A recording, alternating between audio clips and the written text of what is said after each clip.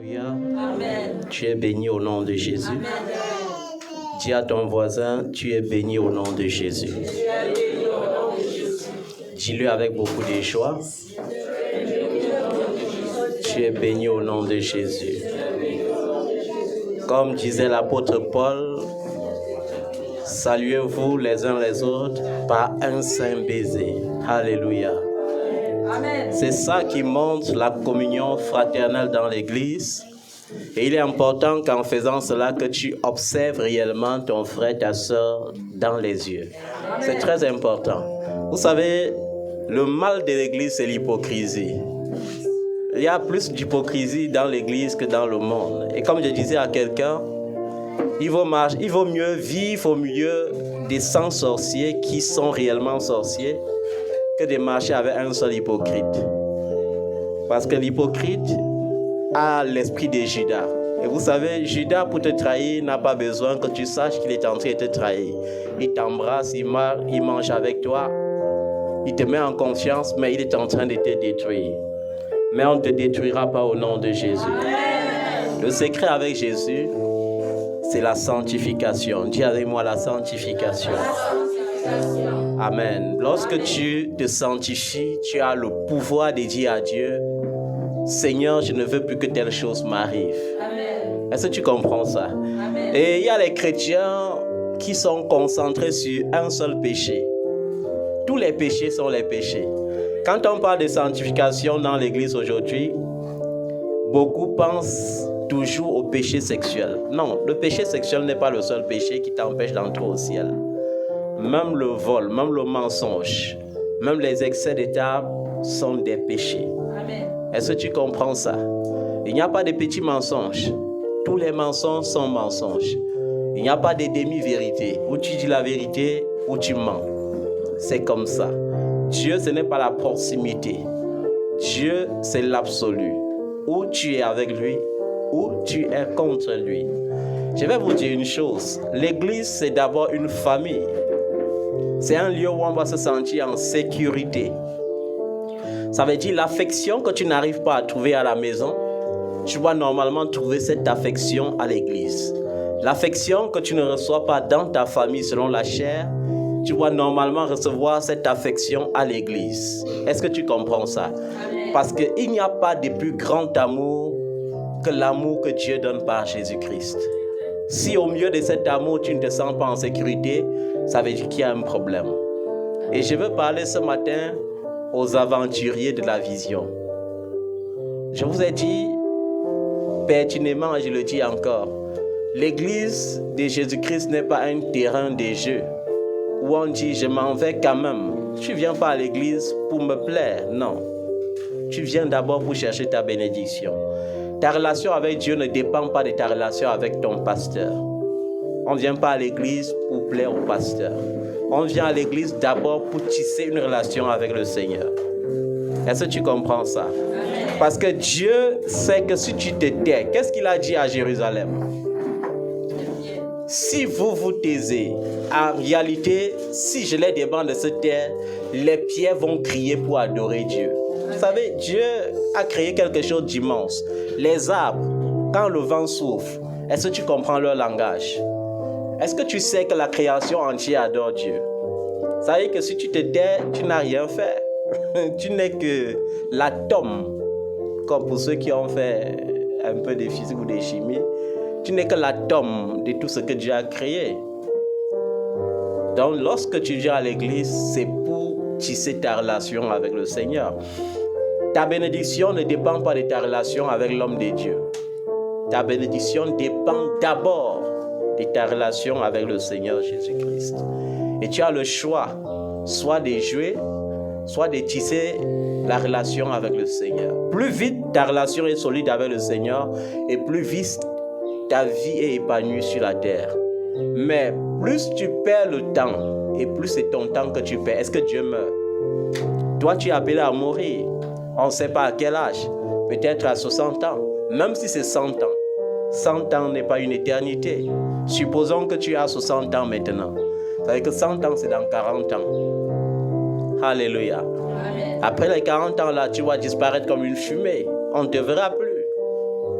Même comme les gens vont te consoler, comme ce poète qui avait rédigé, j'ai oublié le nom de l'auteur. Nous on lisait à l'école, j'aimais beaucoup la poésie. Cet homme avait écrit « Les morts ne sont pas morts. Ils sont dans les arbres, ils sont dans le vent. » Mais moi, je vais te rassurer d'une chose. Un mort est réellement mort. Amen. Amen. Les gens ont peur du mort justement parce qu'il est mort. Est-ce que tu comprends ça? Amen. Et la Bible dit, il vaut mieux un chien vivant qu'un lion mort. Ça veut dire que quand tu meurs, si on te jette là, si on ne te porte pas, tu vas te lever. Tu ne peux pas te lever. Ça veut dire que tu es diminué déjà.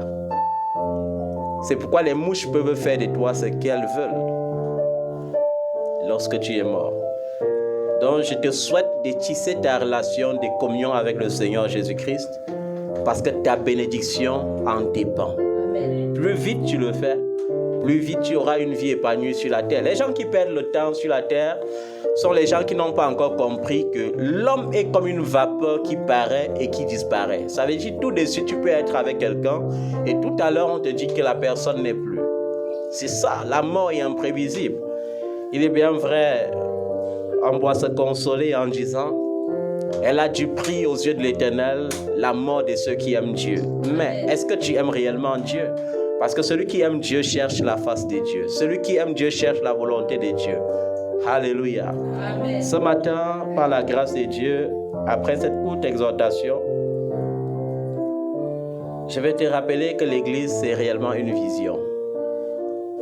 Même comme on dit, laisse les deux croître ensemble. Quand on parle de la parabole des livrets, ça ne veut pas dire que Dieu ne peut pas te disqualifier. Il y a eu les gens que Dieu a appelés dans la Bible comme Saül.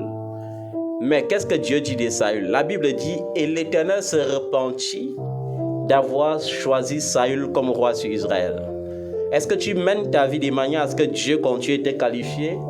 Ou bien tu mènes ta vie de manière à ce qu'un jour Dieu se repente de t'avoir même créé?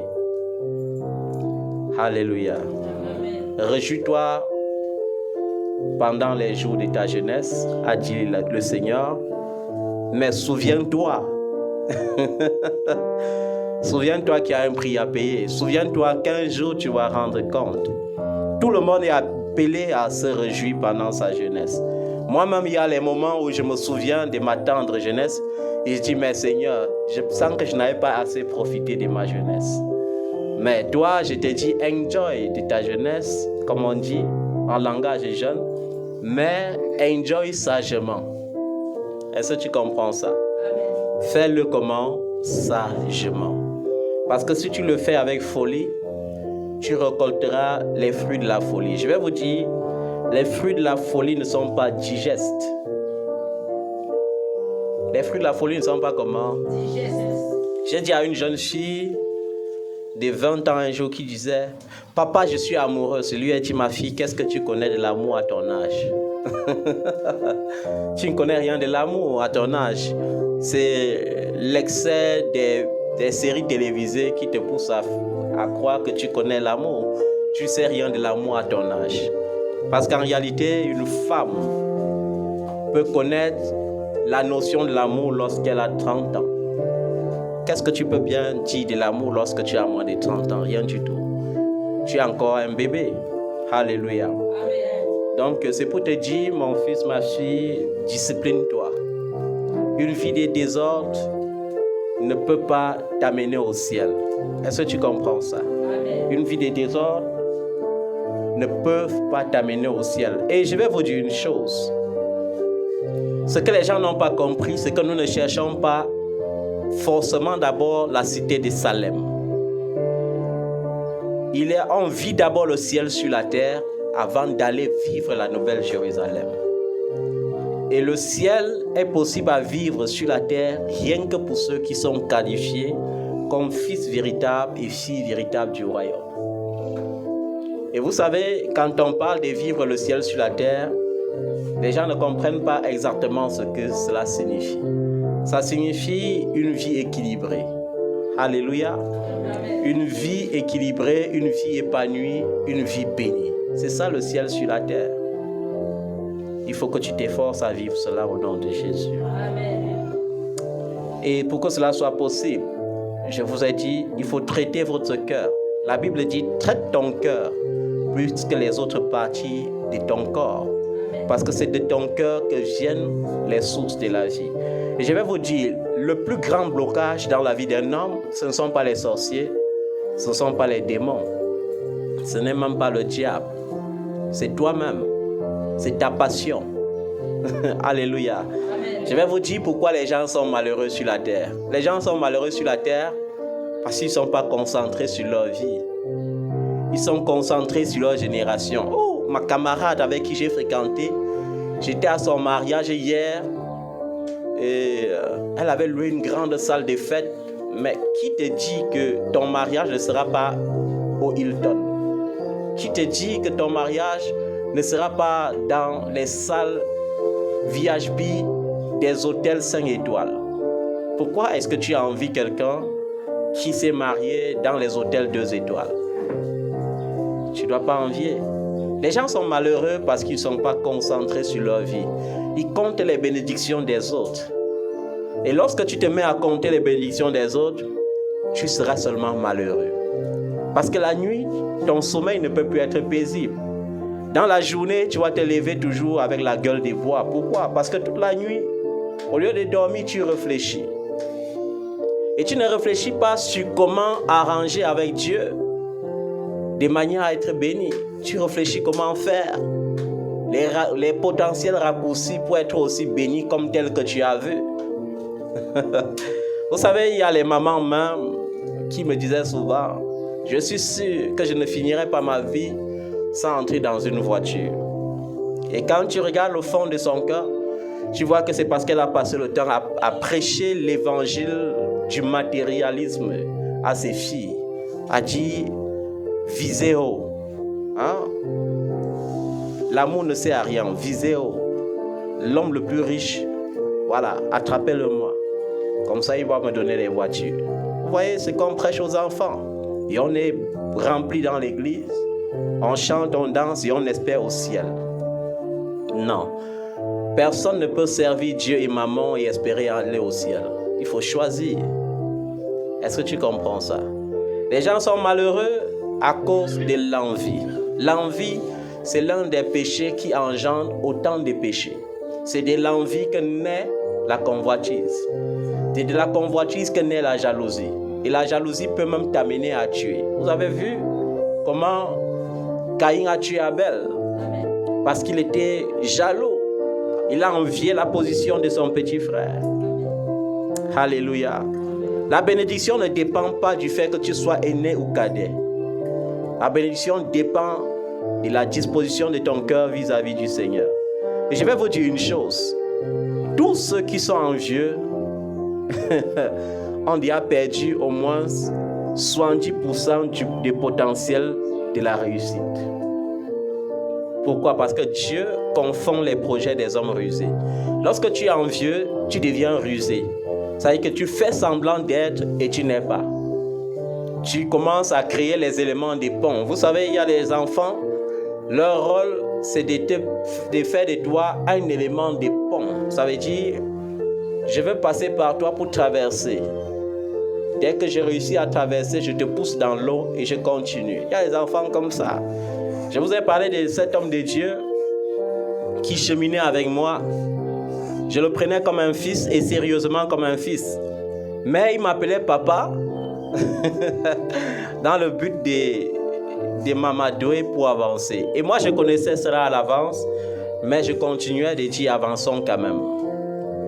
Et vous avez vu, chaque fois qu'il avait les enfants qui vivent au Cameroun et qui ont des graves problèmes matériels, il me les présentait.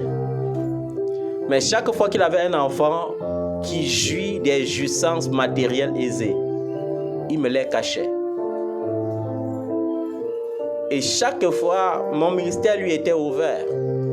Ça veut dire que je pouvais le laisser faire ce qu'il voulait. Mais lui, il était à la conquête des âmes. Parfois, il partait prêcher même contre moi, à mes enfants, en disant, vous savez, c'est moi qui suis plus loin. Donc, normalement, il faut laisser celui-là pour me suivre. Alléluia. Amen. Et vous avez vu, où est-il aujourd'hui? Je ne peux pas dire qu'il est arrivé quelque part. Il est nulle part. Ça veut dire que quand tu pratiques l'envie, à un moment donné, ta vie devient une vie de confusion. C'est-à-dire que tu commences à errer. Parce que la seule bénédiction qui pouvait s'attacher à la vie de Caïn après sa convoitise et sa jalousie, c'était la errance. C'est-à-dire que ta vie devient sans but. Tu n'as plus de but. Il y a plusieurs versets bibliques, bien aimés, plus de 25 versets bibliques qui nous mettent en garde, que ce soit dans l'Ancien Testament, que ce soit dans le Nouveau Testament, de l'envie. Et si le Seigneur insiste, c'est pour que tu comprennes que l'envie est un blocage total pour les bénédictions. Vous savez, les chrétiens qui souffrent du démon de l'envie sans savoir, dans leur prière, ils emploient constamment le mot aussi, sans savoir. Un enfant, par exemple, qui est envieux, parmi tes enfants à la maison, il aura toujours le mot aussi dans sa bouche. Dieu, pour nous instruire, nous fait passer par le feu. Je me rappelle, quand je faisais classe de 4e ou 3e, dans les années 95, je n'avais pas... Toutes les matières, pour moi, c'était les matières de base. Alors, je jouissais pleinement de mon talent. Et mon talent me donnait certains privilèges que d'autres lycéens ne pouvaient pas avoir. Vous savez que lorsque tu avais le talent des vainqueurs, le proviseur te donnait beaucoup de pouvoirs sur les élèves. Tu avais le droit de mettre les élèves à genoux. Tu avais le droit de leur punir, de les fouetter même. À l'époque, on nous fouettait à l'école. Amen. Mais vous savez, ces genres de vaines gloires finissent par monter dans la tête. Et un jour, j'avais eu 18 sur 20 en français.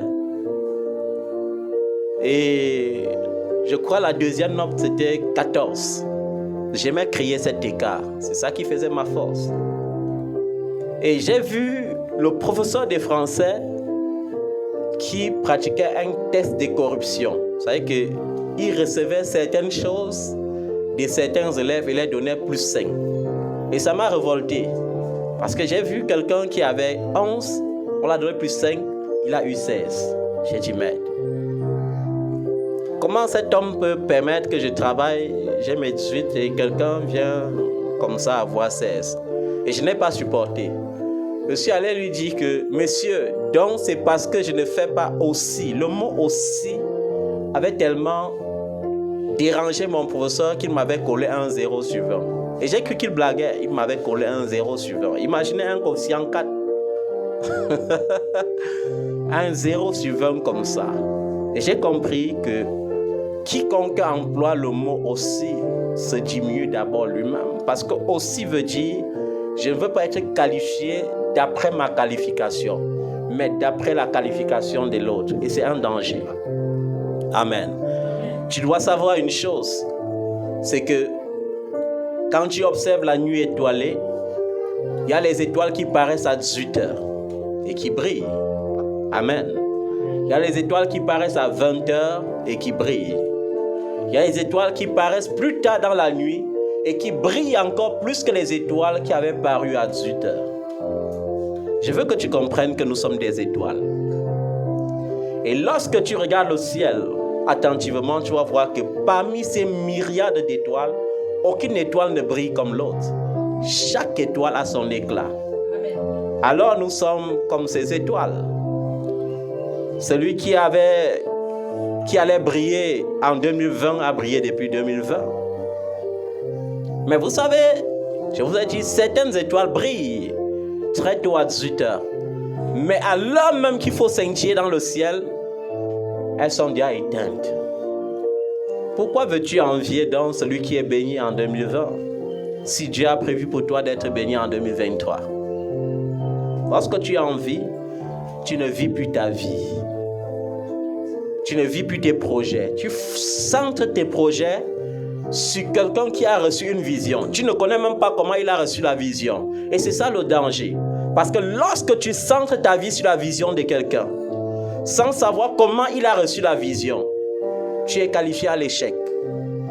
Et un jour, tu vivras le désespoir parce que l'envie te pousse à mettre en œuvre beaucoup de choses qui ne vont pas t'aider. Ça peut te pousser dans les dettes parce que tu veux être absolument comme l'autre. Les dettes que tu n'avais pas programmées, pour finir, tu te trouves endetté et surendetté. Dites-moi un peu, à quoi ressemble la vie d'un homme endetté? À rien du tout. Imaginons que tu as 50 millions dans ton compte bancaire et qu'en même temps tu dois 500 millions. C'est-à-dire que tu as 450 millions de découvertes, tu n'as aucune vie.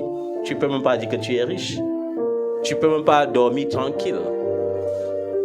Est-ce que tu comprends ça, bien-aimé? Il faut que tu parviennes à vaincre l'envie.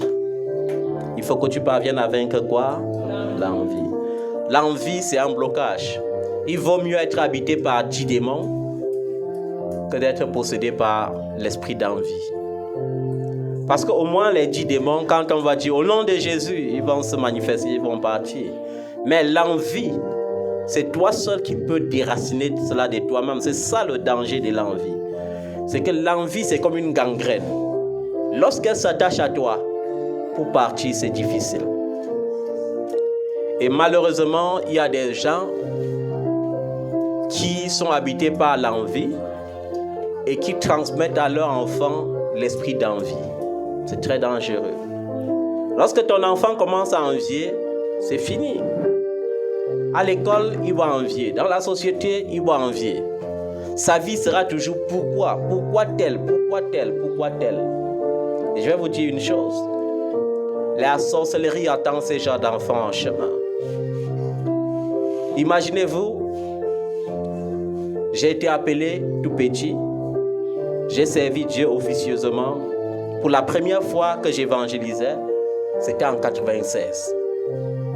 La toute première fois que j'ai évangélisé dans ma vie, j'ai évangélisé des années 96, quand j'étais encore à l'école, jusque dans les années 99. Et officiellement, j'ai commencé à servir Dieu dans les églises évangéliques en 2021.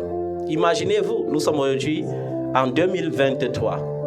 Ça veut dire plus de 22 ans de service officiel. Je vais vous dire une chose.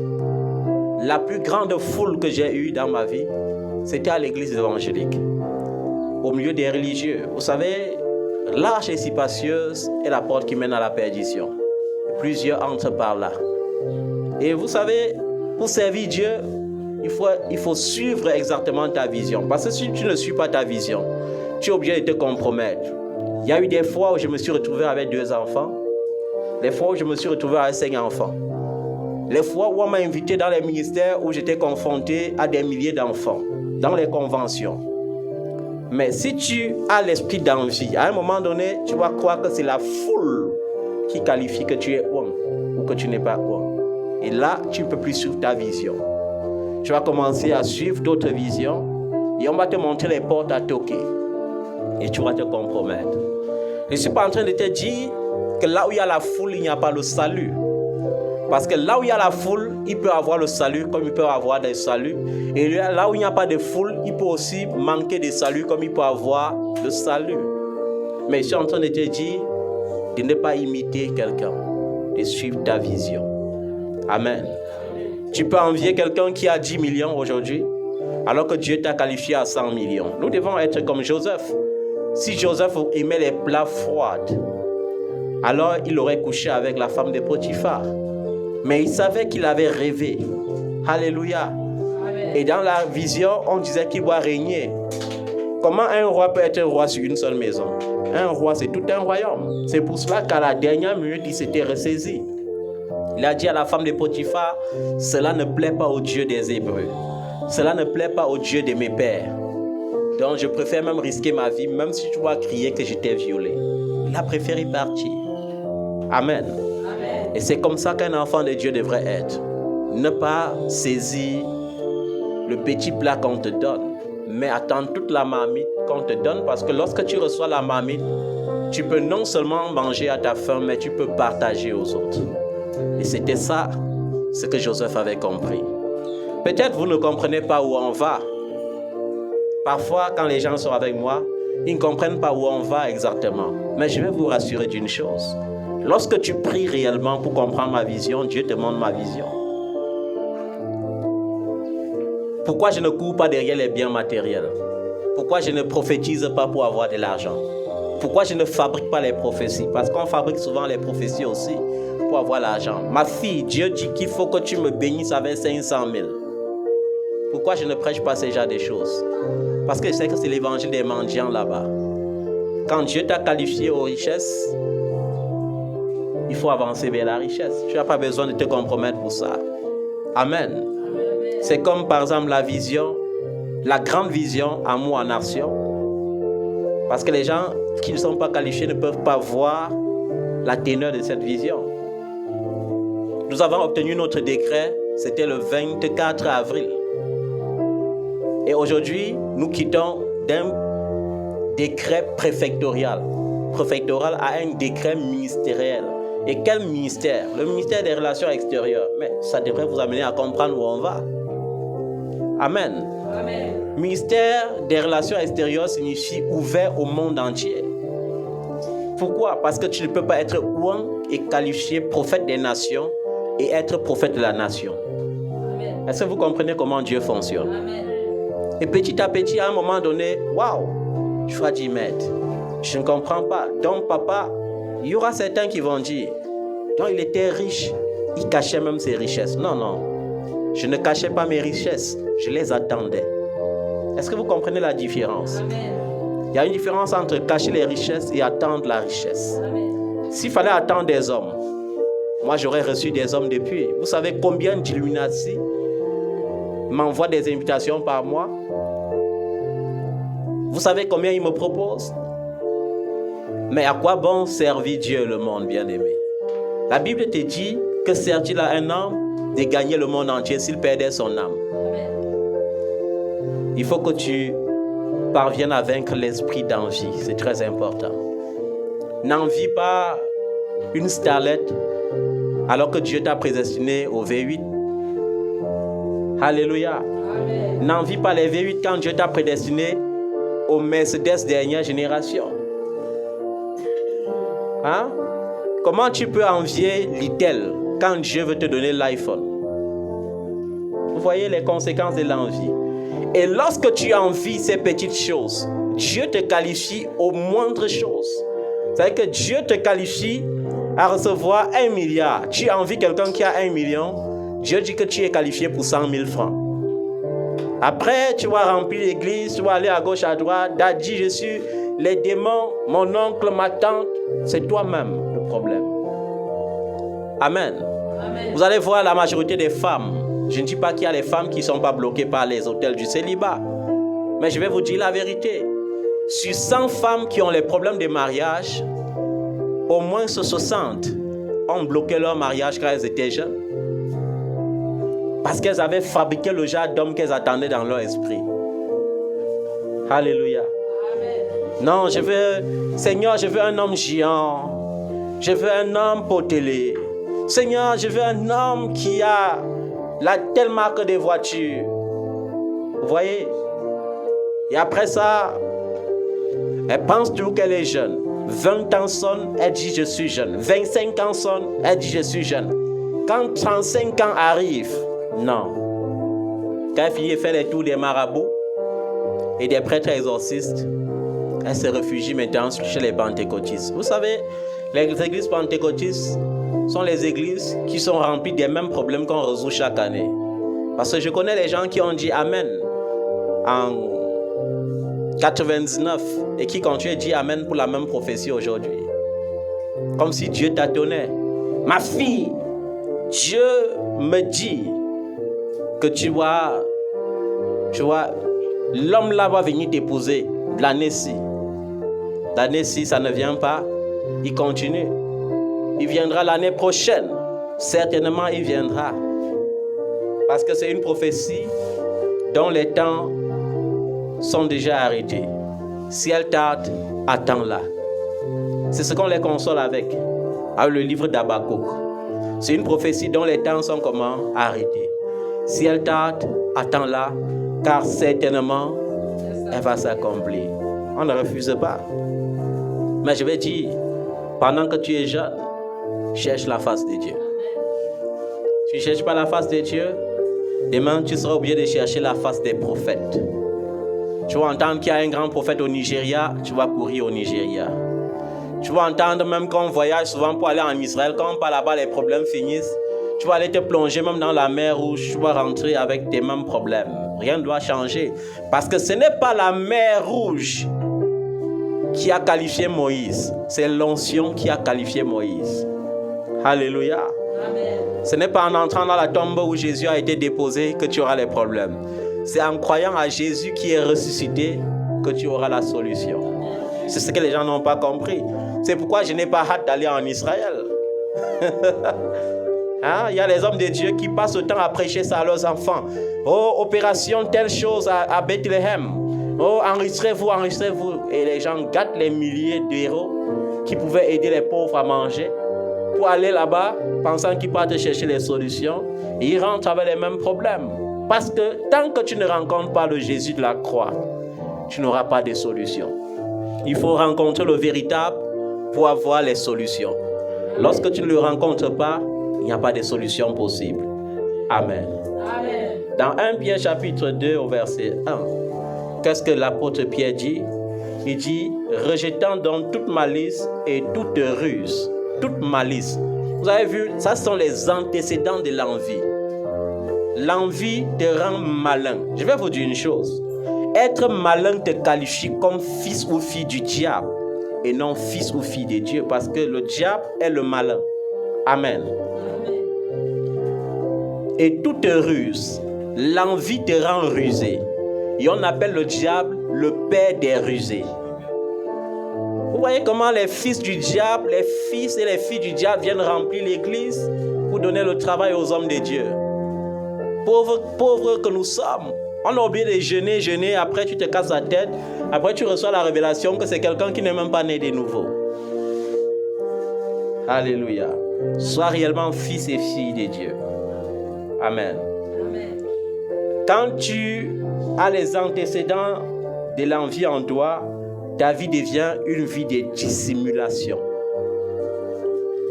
Vous savez, avant, ce qui faisait que les enfants me craignent beaucoup, c'est que tu ne pourrais pas dissimuler ton péché. Si Dieu ouvre les yeux maintenant et commence à montrer les péchés des gens, vous allez voir, plus de la moitié seront dans les pleurs maintenant. Je dis plus de la moitié. Quand on dit plus de la moitié, peut-être ce sont les enfants qui ne vont pas pleurer parce qu'ils ne sont pas conscients du péché. Mais Dieu seul connaît combien de péchés vous dissimulez. Qui ne vit pas la dissimulation ici, lève le doigt.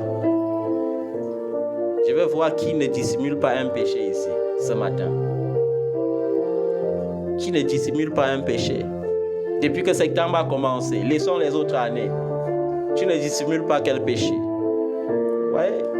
La dissimulation. Alléluia. Que Dieu vous en délivre. L'envie.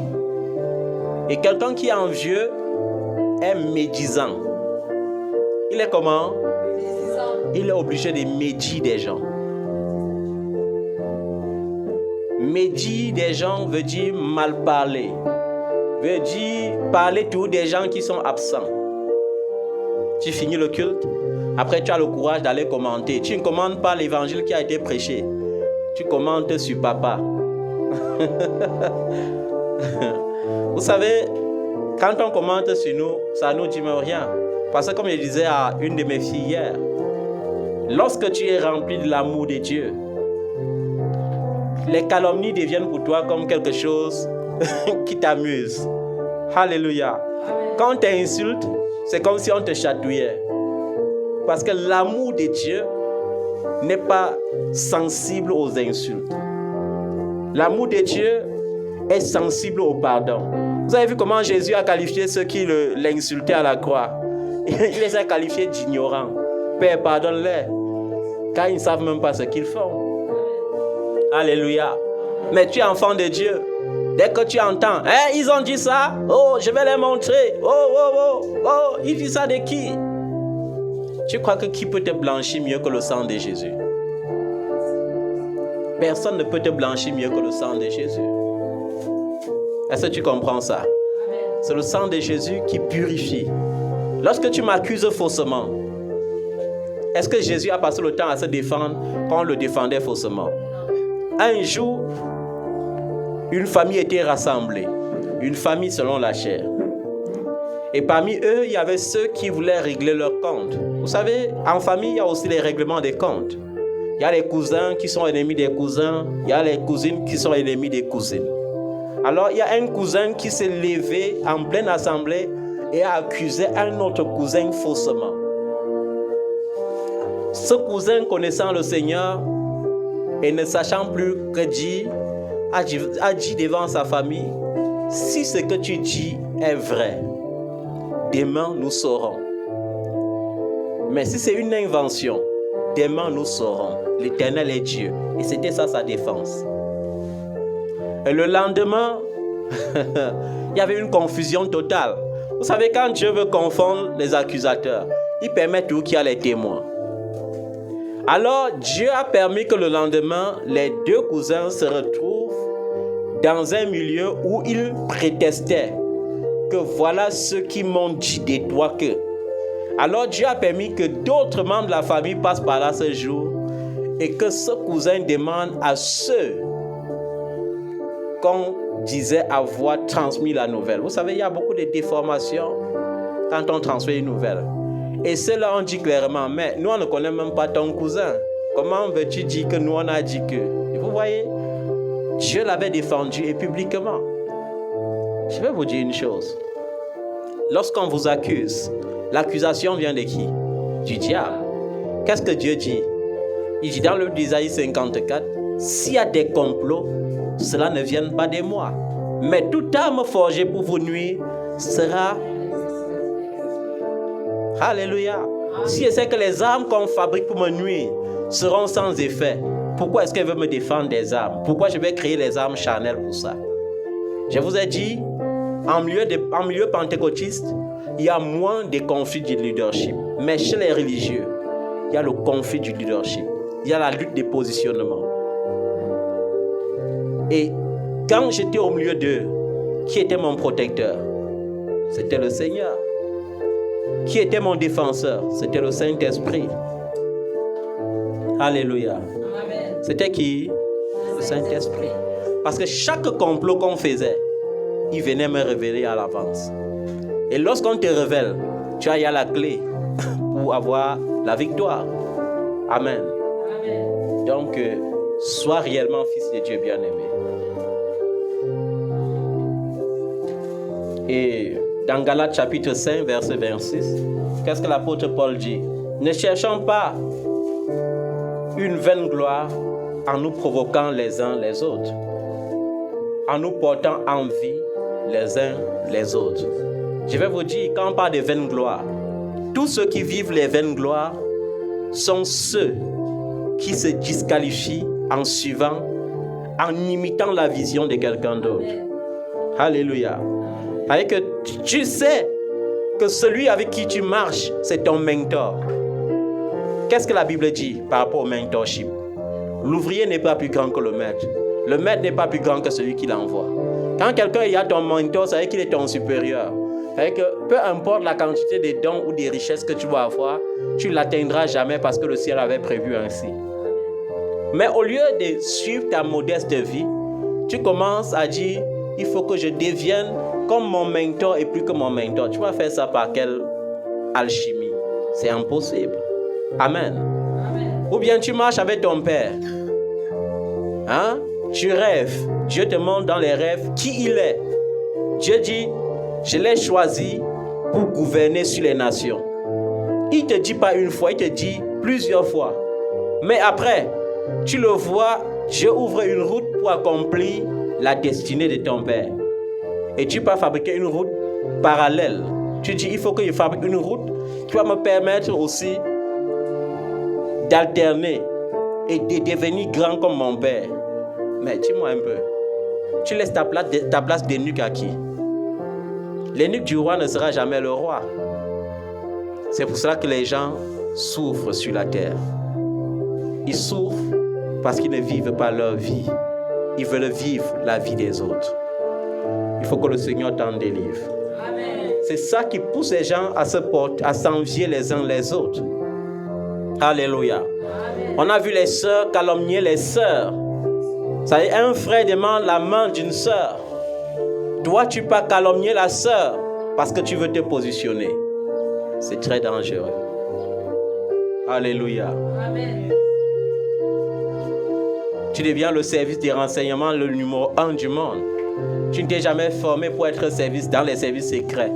Mais tu deviens le service des renseignements numéro 1. Parce que tu veux savoir comment ça se passe. Chaque bénédiction est d'abord spirituelle. Et ce qui est spirituel, c'est invisible. Tu vas faire comment pour entrer dans l'invisible? Oui, tu as les renseignements physiques. Mais tu vas faire comment maintenant pour prendre les ingrédients spirituels pour entrer dans cette vision-là? C'est impossible. Se porter envie les uns les autres, c'est dangereux. Et j'ai dit, n'envie pas la place de quelqu'un. Si Dieu a prévu que c'est en 2025 que tu vas briller, pendant que tu es en 2023, acclame ceux qui brillent. Ne les imite pas. Ne les envie pas. Attends 2025. Car tu ne sais pas, peut-être l'éclat de ton étoile, c'est l'éclat de cette étoile qui brille à partir de minuit jusqu'à 6 heures du matin sans s'éteindre.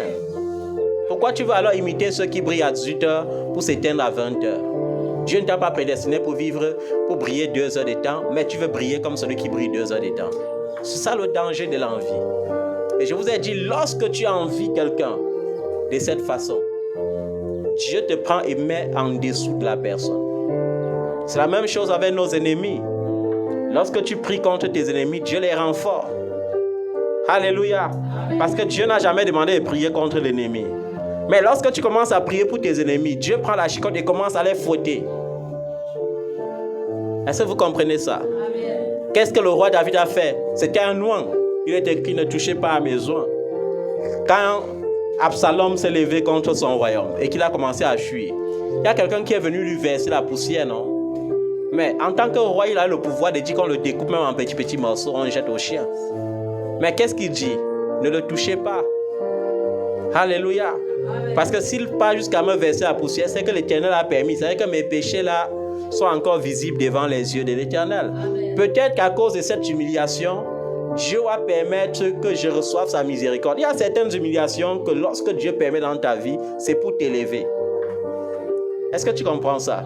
Il y a certaines bénédictions que pour que ça entre dans ta vie, il faut que quelqu'un qui est proche à toi se lève et commence à te mépriser. Et si l'amour dépasse le mépris, la porte s'ouvre automatiquement. Amen. Alléluia. Amen. Non, ne voyez pas le mépris toujours comme vous êtes toi la défensive. Pourquoi? On dit le Saint-Esprit est ton défenseur. Le Saint-Esprit est quoi? Ton défenseur. Et je vous ai dit, un jour, il y a une jeune voisine qui s'était levée. Je marchais avec un de mes fils spirituels que je bâtissais dans la foi. Et c'était un fils qui avait le sang de Simon-Pierre. Il était chaud, prêt même à taper à les mains. Et quand on passait, ma voisine a dit, regardez-moi ces gens-là comme ça, les mendiants comme ça, les faux pasteurs. Et il s'est levé, il voulait bondir sur elle. Il dit, non fils, la lutte n'est pas charnelle. Comment tu veux taper sur une femme qui est ignorante? Oh, ne te salis pas les mains. Et nous sommes allés, quand on est arrivé à la maison, je me suis mis à genoux, je pensais à l'âme de cette fille. Je disais, Seigneur, s'il te plaît, ne l'impute pas ce péché. Seigneur, sauve-la. Tu vois l'impudicité là même, il a dépassé. Pardon, aie pitié d'elle. Et alors, pendant que j'étais encore en train de prier, elle marchait sur la route et un jeune moto-taximan est venu garer la moto et a commencé à la tabasser. On l'a tapé, il y a eu l'attroupement, on a séparé, personne n'arrivait à séparer. Pour finir, on a conclu que non, peut-être c'est un règlement entre un couple. On était là maintenant pour assister. Et pendant que je priais, j'ai ressenti dans l'esprit que cette fille-là, on la tapait correctement. Et j'ai dit à mon fils, allons maintenant délivrer celle pour qui tu voulais te salir les mains. Il me dit, mais papa, comment ça? Et que, mais tu voulais taper quelqu'un que l'Éternel va livrer pour qu'on tape comment? Et quand nous sommes arrivés, il y avait la foule. J'ai dit, s'il vous plaît, laissez-moi passer. Et quand je suis arrivé à toucher le dos du jeune homme, j'ai dit, ça suffit. Quelqu'un qu'on n'arrivait pas à arrêter depuis 45 minutes, il s'est levé, il est monté sur la moto, il est parti. Pendant que la foule était maintenant dans la confusion, d'autres disaient que mais donc c'est le monsieur qui a envoyé qu'on vienne taper la fille. La fille elle-même elle a compris ce qui se passait. Elle est venue se jeter à genoux et elle s'est mise à demander pardon. Pourquoi est-ce qu'elle demandait pardon? Parce qu'elle a certainement reçu dans son esprit la révélation que j'ai touché à loin de l'Éternel. Quand tu sais que tu es ouin, l'onction aujourd'hui est qualifiée par quoi? Par le Saint-Esprit. Lorsque le Saint-Esprit t'habite, ça veut dire que tu es ouin. Amen. Par conséquent, si quelqu'un te touche, il a touché Jésus. Pourquoi donc te défendre quand la Bible dit que le Saint-Esprit est ton défenseur? Mettez-le debout. Alléluia. Amen. Le Saint-Esprit est ton défenseur. Tu n'as pas donc besoin, t'adosse pas au mur, debout. Amen. Amen. Nous ne devons pas nous porter envie les uns les autres. Alléluia. Amen. Lorsque tu as envie, tu es disqualifié. Nous n'avons pas besoin d'un peuple disqualifié. Amen. Nous avons besoin d'un peuple qualifié. Amen. Parce que lorsque tu es béni, je suis béni. Amen. Lorsque tu es béni, je suis joyeux. Amen. Lorsque tu es béni, j'ai le repos. Alléluia. Amen. Proverbe 23, verset 17 dit que ton cœur n'envie point les pécheurs, mais qu'il ait toujours la crainte de l'Éternel. Voilà. On s'adresse ici à certains enfants de Dieu. Tu entends souvent un enfant de Dieu qui dit, ça dit, il se souvient de l'Égypte. Mais j'ai entendu un enfant dire un jour, quand j'étais encore moi, dans le monde, qui pourrait me faire ça? Personne ne pourrait faire ça. Pas les trucs que Jésus est venu maintenant rendre mon cœur souple là. Ça veut dire que tu envies la méchanceté. Alléluia. On entend souvent certains enfants de Dieu dire, vous voyez, hein, les païens ne souffrent pas. Vous voyez, ils ont le regard en Égypte. Les païens ne souffrent pas. Hein, tu vois la fille là, non? Elle met bien son make-up, non? Oh, les gens du monde, oh, elle s'habille bien. Oh là là. Vous voyez comment les gens échouent. Tu es dans la lumière et tu envies les ténèbres. Quelle catastrophe. Comment tu peux être dans la lumière et tu envies les ténèbres? Je vais vous dire une chose. Les ténèbres ne peuvent jamais influencer la lumière. Lorsque la nuit noire et épaisse, claque seulement une bûchette d'allumettes. Tu vas voir comment ça influence tous les ténèbres à l'alentour. Parce que lorsque je suis ici, je claque l'allumette dans les ténèbres. Même à 5 km, on peut voir qu'il y a une lumière qui est apparue. Mais toi, tu es dans la lumière et tu envies les ténèbres. N'envie pas les méchants. Vous avez vu dans le psaume 73, comment la Bible dit que Asaph a commencé à dire, mais Seigneur, vous savez que le secret pour être bien sur la terre, c'est d'être méchant. Parce que je suis là, je m'efforce à être juste, mais c'est moi qui tombe malade. Je m'efforce à être juste, mais j'ai dit l'envie te pousse à être inférieur aux autres. Amen. Donc toi, la femme célibataire qui envie la femme mariée là, tu fais comment pour savoir qu'elle est heureuse chez elle? Il y a un proverbe qui dit, il vaut mieux être seul que d'être mal accompagné. Vous savez combien de femmes sont mal accompagnées? Quand elles rentrent sur le stress, elles sortent sur le stress. Elle maintient son couple avec l'argent.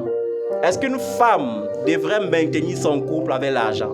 Parce qu'on n'achète pas l'amour. Amen. Amen. Si tu as envie, pour finir, tu seras mendiante de l'amour. J'aime entendre souvent ces femmes qui me disent, papa, tu vois, je voulais faire mon enfant avec un seul père. Ok. Ceux qui ont fait 6 enfants avec 6 pères et ensuite se sont mariés et sont heureuses là. Elles ne sont pas les femmes alors. Ça veut dire que tu as trouvé une vipère très venimeuse qui t'injecte les doses de venin. Chaque jour, tu prends les anti-venimeux. Tu peux le supplier. Donne-moi la semence des vipères. Vous voyez comment les gens sont à cause de l'envie. Hein? La semence de l'envie. Vous savez, quand je parle aux sœurs, je parle en même temps aux frères. Hein? Je prends l'exemple sur les sœurs. Parce que je sais que dans ce domaine-là, les femmes ont tendance aujourd'hui à vouloir toujours épouser les hommes. Alors que c'est l'homme qui va t'épouser. Alléluia. Même dans l'église, hein. Est-ce que vous savez qu'il y a les églises aujourd'hui où on arrange les mariages? Séminaire des célibataires, après on commence à créer les fausses visions. Tu vois que la sœur te convient, non? Tu vois que le frère te convient, non? Après on dit, ouais, le Seigneur nous a bénis à les mariages. Les mariages qui vont durer 3 ans. Parce que les mariages arrangés là, vous vous plaisez comment? Quand on a arrangé, vous allez vous marier pour satisfaire la chair. Or, le mariage n'est pas juste une satisfaction de la chair. Le mariage, c'est recevoir l'amour de l'âme d'abord. Parce que si un homme n'aime pas ton âme, il a beau aimer ton corps, mais après il va avoir les beaux corps partout dehors. Et le malheur doit commencer. Et quand un homme commence à voir les beaux corps dehors, qu'est-ce qu'il fait du corps qu'il y a dedans? Tu deviens son centre des rings. Il va te borser tous les jours. Est-ce que tu comprends ça, bien-aimé? Amen. C'est un peu comme s'il t'épousait pour tes beaux habits. Quelle est la garantie que tu auras les beaux habits tous les jours? Ma chérie, je t'aime parce que tu as les longs cheveux. Qu'est-ce qui garantit que demain, elle n'aura pas le cancer qui va raser tout ça? Vous voyez? Il faut faire attention, bien-aimé. L'envie te rend inférieur aux autres. Amen. Lorsque tu envies les gens, le complexe d'infériorité t'habite. Et quand le complexe d'infériorité t'habite, tu es obligé d'être rusé. Et quand tu es rusé, tous tes projets sont dans l'eau parce que Dieu confond les projets des hommes rusés. Amen. Asaph, il disait, mais Seigneur, je jeûne, je prie. J'ai la crainte de l'Éternel. Mais je tombe malade. Les riches, les méchants ont l'embonpoint. Ils vivent longtemps. Alléluia. Amen. Mais un jour, il part dans la présence de Dieu. Dieu lui dit, n'envie pas les méchants. Tu ne connais pas leur fin. Alléluia. Amen. C'est comme ceux qui nous gouvernent. Quand tu commences à gouverner un pays et longtemps, pour finir, tu crois que tu es le Dieu du pays, n'est-ce pas? Je ne prends pas l'exemple sur notre chef d'État. Il ne faut pas tirer sur moi. Quand Dieu place quelqu'un sur sa chose, il faut le laisser sur sa chose. Moi, je parle des gens comme Mobutu. Mobutu disait, je veux le sang de l'enfant là. On égorge l'enfant, on lui donne le sang. Il boit, il est content. Mais aujourd'hui, quand tu es la famille de Mobutu, tu fais comment? Tu changes des noms. Parce que tu dis que, mais si on entend le genre des noms aussi, moi je dis que donc c'était nous les méchants, on peut même lapider. Alléluia. Amen. Le méchant, quand il passe, ses œuvres passent. Tout ce qu'il avait construit, rien n'existe plus. Alléluia. Amen. Donc n'envie pas le méchant. Il ne faut pas être fille du planteur. Tu dis que Dieu t'avait détesté. Tu aurais dû être fille du ministre. Qu'est-ce qui te garantit que la fille du ministre vit bien chez elle? Vous croyez que le bonheur, ce sont les ornements qu'on porte sur le corps?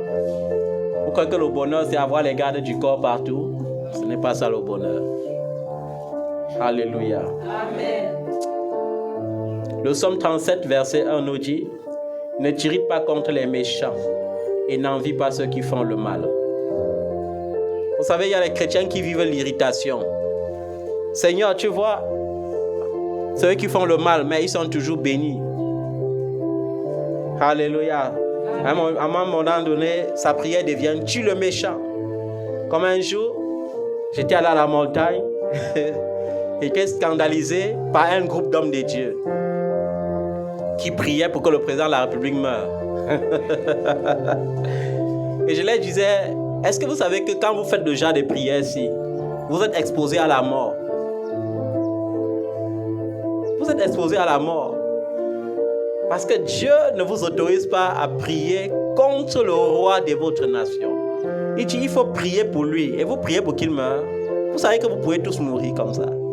Et il se moquait de moi. Ah, laisse ça, homme de Dieu. Tu es plus loin que qui? 2018, il ne peut plus avoir les élections. Et que 2018, il a même déjà réussi les élections là. Donc vous le voyez, moi, vous serez surpris. Alléluia.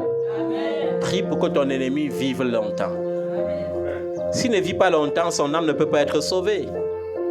Moi, je prie pour que tous les sorciers qui luttent contre ma destinée vivent. Pourquoi? Parce qu'ils vont comprendre que la sorcellerie ne fonctionne pas et ça peut sauver leur âme. Mais toi, tu as trop peur des sorciers. Tu n'arrives plus à dormir. Ah, fire, j'envoie le feu. Seigneur, découpe-les. Seigneur. Il faut voir comment les pentecôtistes me font souvent la peine. Quand il dit, je prends ma carabine spirituelle, je tire. Oh, tu tires quoi? Tu tires quoi? Ah. Je vous ai dit, j'ai trouvé un homme de Dieu. À la montagne, un prophète qui, dans ses actions prophétiques, prenait la machette pour dire que c'est ça qui coupe les démons.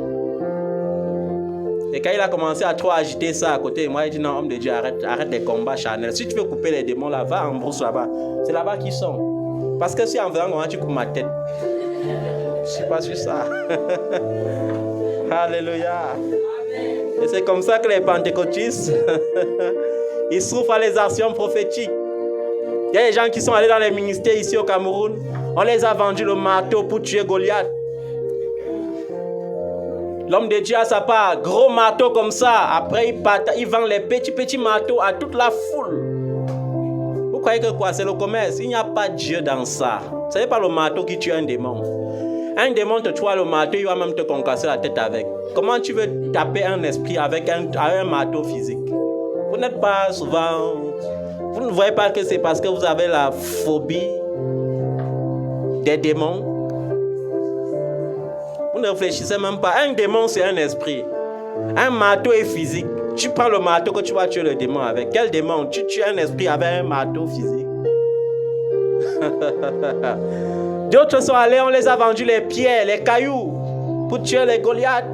C'est ça. David avait pris 5 cailloux dans le torrent. Bon, il a pris ça où? David avait choisi les pierres dans le torrent. Pourquoi il ne va pas dans les rivières chercher les pierres pour vendre? Il commande un camion de gravé, Razel vient verser et vous achetez. Et je vous ai dit, vous qui êtes passés par ces gens des ministères, passez à la délivrance.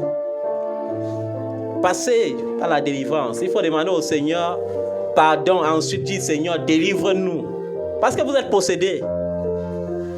Si tu n'es pas possédé, tu achètes le caillou pour te renverser. Quel Goliath? Quel Goliath? Si on place vraiment Goliath là physiquement devant toi comme David, on te dit qu'un homme qui faisait fuir toute l'armée d'Israël, je suis sûr que tu ne peux même pas avoir le courage de soulever ta main comme ça, le caillou là. La force de David ne résidait pas dans le caillou qu'il avait choisi. Ça résidait dans sa confiance dans le nom de l'Éternel. C'est pourquoi il a prophétisé avant de lancer le caillou. Tu viens contre moi avec ta lance et ton javelot, et moi je viens contre toi au nom de l'Éternel des armées. Amen. Il n'a pas dit que mon caillou va te livrer au chacal. Il a dit l'Éternel te livre entre mes mains aujourd'hui. Ce n'est pas le caillou qui livrait Goliath entre les mains de David. C'est l'Éternel. Mais toi tu es là, tous les jours tu lis la Bible, mais tu pratiques le contraire. Le prophète te dit, prends les œufs, va casser à la maison, tu te laves avec. Ouais, les choses que tu fais chez les marabouts, tu ne peux pas toujours faire. Vous voyez, c'est que les prophètes, surtout en Afrique, ont vu que les Africains aiment un Dieu qu'ils voient. Maintenant, on vous fabrique les... Vous savez ce que l'idolâtrie fait? Après, vous allez vous retrouver en enfer comme les blagues comme ça. Va casser les œufs, action prophétique. Dieu a dit que je vous ordonne. Cassez les œufs, venez déposer d'abord l'offrande. Partagez les enveloppes. Mettez les offrandes, mettez 500 € dedans. Vous venez déposer à l'hôtel. Vous prenez les œufs, vous partez à la main, vous cassez. Dès que vous allez vous casser, vous allez vous laver avec là. Le mois prochain là, votre vie, vous aurez l'onction de la prospérité.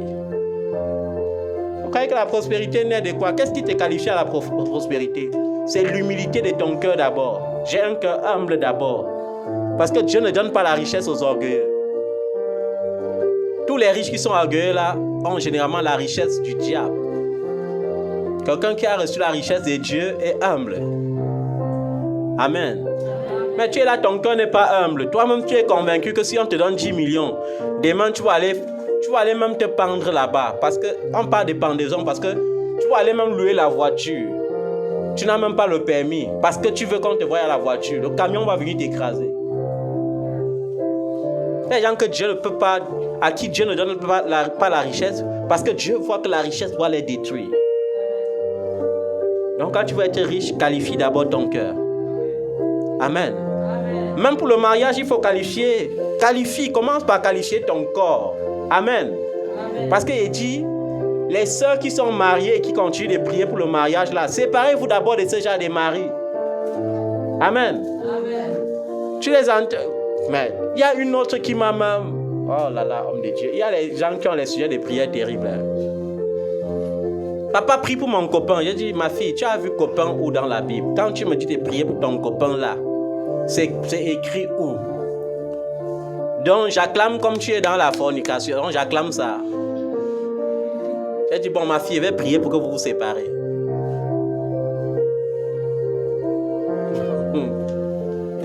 Mon gars. Vous savez quel verset biblique? J'ai fouillé ça dans la Bible, je n'ai jamais vu jusqu'à aujourd'hui. Une génération de démoniaques. Jusqu'à les enfants se bagarrent et s'entretuent pour la notion d'égard. L'envie. Vous avez vu comment les jeunes filles ont bastonné l'autre fille à Douala pour leur gars. Les gens qui n'ont même pas... Les filles qui n'ont même pas 17 ans. Il faut veiller sur l'éducation de vos enfants. Il ne faut pas se contenter de dire, moi et ma maison, nous servirons l'Éternel. Il faut que le caractère des enfants soit le reflet de la parole de Dieu. Et pour cela, vous devez créer les cultes familiales. Les enfants doivent lire la Bible pour être éclairés. Amen. Et pour terminer, Proverbe 24, verset 1 dit, ne porte pas envie aux hommes méchants et ne désire pas être avec eux. Amen. Et c'est ça. Les gens qui sont envieux ont toujours la mauvaise compagnie parce qu'ils se créent toujours une nostalgie. Tu es comblé, mais tu ne te sens pas comblé. Je vais te dire une chose. Lorsque tu as connu le véritable Jésus, les mauvais amis se déconnectent seuls. Mais quand tu n'as pas encore connu réellement Jésus là, tous les faux amis là vont te poursuivre chaque jour. Et je dis, si tu as Jésus et tous tes amis sont les païens, ça veut dire qu'il y a un problème. C'est un peu comme si tu avais le Saint-Esprit et tu entres dans une voiture, vous êtes 5, 4 sont les sorciers, ils ne connaissent pas que quelqu'un est entré. C'est qu'il y a un problème. C'est qu'il y a un problème. Tu ne peux pas être porteur de feu et ce feu ne brûle pas.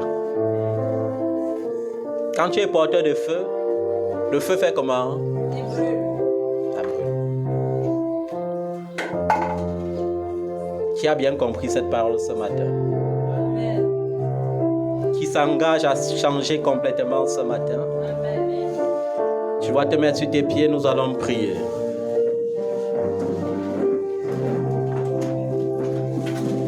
Oh Dieu, crée en moi un cœur pur. Oh Dieu, crée en moi un cœur pur. Renouvelle en moi un esprit bien disposé. Oh Dieu, crée en moi un cœur pur. Renouvelle en moi un esprit bien disposé. Oh Dieu, crée en moi un cœur pur. Oh Dieu, crée en moi un cœur pur. Oh Dieu, crée en moi un cœur pur. Renouvelle en moi un esprit bien disposé. Oh Dieu, crée en moi un cœur pur. Seigneur, nous sommes nés dans le péché. Et nos parents nous ont conçus dans l'iniquité. Mais ce que tu désires, c'est qui est la vérité dans nos cœurs. Accepte-nous, Seigneur, avec nos cœurs humiliés. Seigneur, nous avons péché contre toi, contre tes préceptes et contre ta parole, en nous portant envie les uns des autres, en vivant dans la dissolution, en vivant, Seigneur, une vie déguisée par la ruse, en laissant notre cœur s'entraîner dans la malice. Seigneur, pardonne-nous. Nous voulons te confier nos cœurs ce matin. Nous voulons te confier nos pensées ce matin. Renouvelle nos pensées, Seigneur. Renouvelle notre intelligence, oh Dieu. Tu connais la dissimulation. Viens détruire ce que nous avons dissimulé et qui ne te glorifie pas. Envoie ta puissance pour détruire la dissimulation au nom de Jésus-Christ. Seigneur, détruis ce qui en nous ne t'honore pas. Détruis ce qui en nous ne te glorifie pas. Seigneur, nous avons besoin de toi. Nous avons besoin de toi. Si nous ne vivons plus les grands exploits d'autrefois, c'est parce que, Seigneur, aujourd'hui, nous avons faibli. C'est parce qu'aujourd'hui, Seigneur, nos cœurs se sont écartés de ta parole. Nos cœurs se sont écartés de tes préceptes. Seigneur, aie compassion au nom de Jésus-Christ. Seigneur, viens délivrer au nom de Jésus-Christ. Seigneur, viens délivrer au nom de Jésus-Christ. Papa, nous avons besoin de ta miséricorde. Nous avons besoin de ta compassion. Que le sang de Jésus-Christ plaide en notre faveur. Que le sang de Jésus-Christ plaide en notre faveur. Que le sang de Jésus-Christ plaide en faveur de nos enfants. Que le sang de Jésus-Christ nous délivre de tout esprit de ruse, de manipulation. Que tout démon d'envie en nous soit lié et renvoyé dans les abîmes maintenant. Au nom puissant de Jésus-Christ de Nazareth. Seigneur, que tout ce que l'envie avait bloqué soit débloqué maintenant. Au nom de Jésus-Christ. Que toute bénédiction que l'esprit d'envie avait bloquée soit débloquée maintenant au nom de Jésus-Christ. Toute bénédiction spirituelle qui avait été bloquée soit débloquée maintenant. Toute bénédiction matérielle qui avait été bloquée soit débloquée maintenant au nom de Jésus-Christ de Nazareth. Que toute gloire qui avait été arrêtée à cause de l'esprit d'envie soit relâchée maintenant dans nos vies au nom de Jésus-Christ. Nous ne voulons pas faire parce que nous avons vu d'autres faire, mais nous voulons faire parce que nous avons reçu l'instruction de Dieu de faire. Nous ne voulons pas faire parce que nous avons vu les autres faire, mais nous voulons faire parce que tu nous ordonnes de faire. Nous ne voulons pas faire pour plaire aux autres, mais nous voulons faire pour te plaire, ô Dieu. Au nom de Jésus-Christ, aide-nous, Seigneur. Merci, Seigneur, parce que ta miséricorde dure à toujours. Merci, Seigneur, parce que tes compassions durent à toujours. Merci parce que tu nous bénis ce matin. Merci, Seigneur, parce que tu renouvelles nos pensées ce matin. Merci, Seigneur, parce que tu nous enseignes. Merci, Seigneur, parce que tu nous rassures. Merci parce que tu nous transformes. Au nom de Jésus-Christ. Seigneur, merci parce que depuis que nous sommes nés, même pendant que nous naissions, tu étais là. Pendant notre parcours, tu es là et tu demeures. Que ton nom soit exalté, que ton nom soit béni, au nom de Jésus-Christ. Est-ce que tu peux acclamer le nom de Jésus?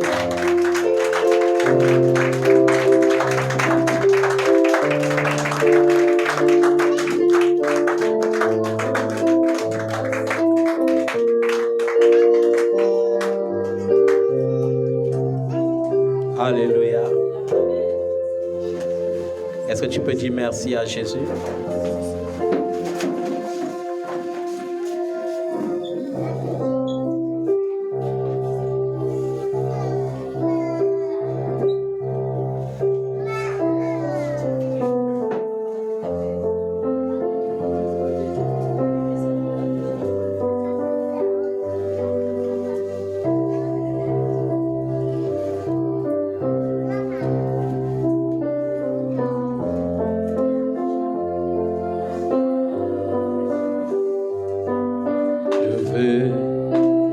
exprimer mon désir, celui de t'adorer, Jésus. Car tu es comme un étendard pour moi, comme un étendard, oui tu es, comme un étendard, tu es, comme un étendard, tu es, comme ma forteresse, tu es, comme un étendard, Jésus tu es, comme un étendard, tu es. Alléluia. La foi se confesse. Alléluia. Amen. Dieu a tout créé par la parole. Le bonheur existe d'abord par la parole. Il n'y a rien de bien qui peut naître dans ta vie sans que tu n'aies cru en cela. Il faut avoir la mentalité des vainqueurs pour être vainqueur. Est-ce que tu comprends ça?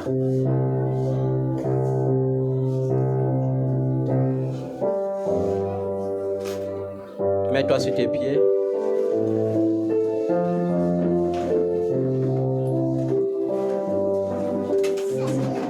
Lève ta main vers le ciel. Dis avec moi, Seigneur Jésus. Je crois et je confesse que tu m'as créé pour dominer.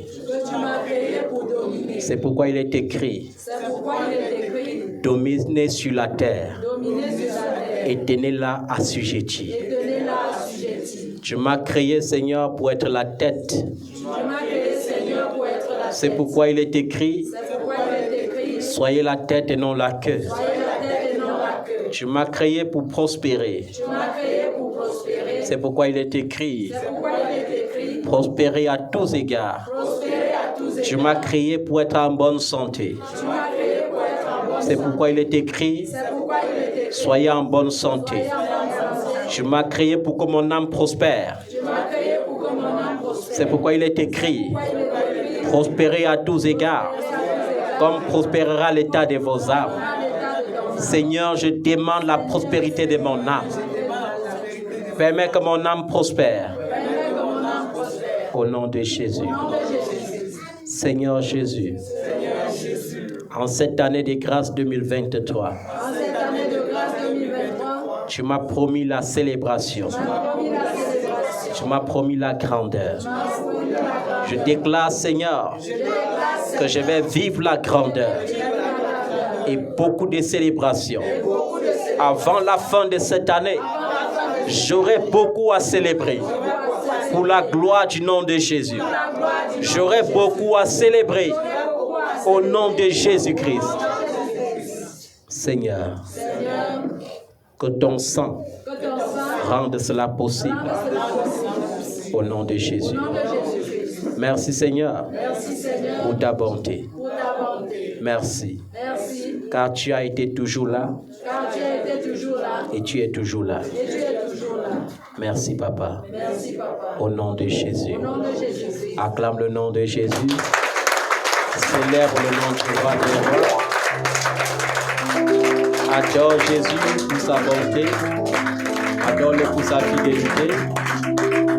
Père, au nom de Jésus, je te confie ces offrandes. Je prie qu'elles soient sanctifiées. Je prie qu'elles te soient consacrées. Je prie qu'elles œuvrent pour ta gloire.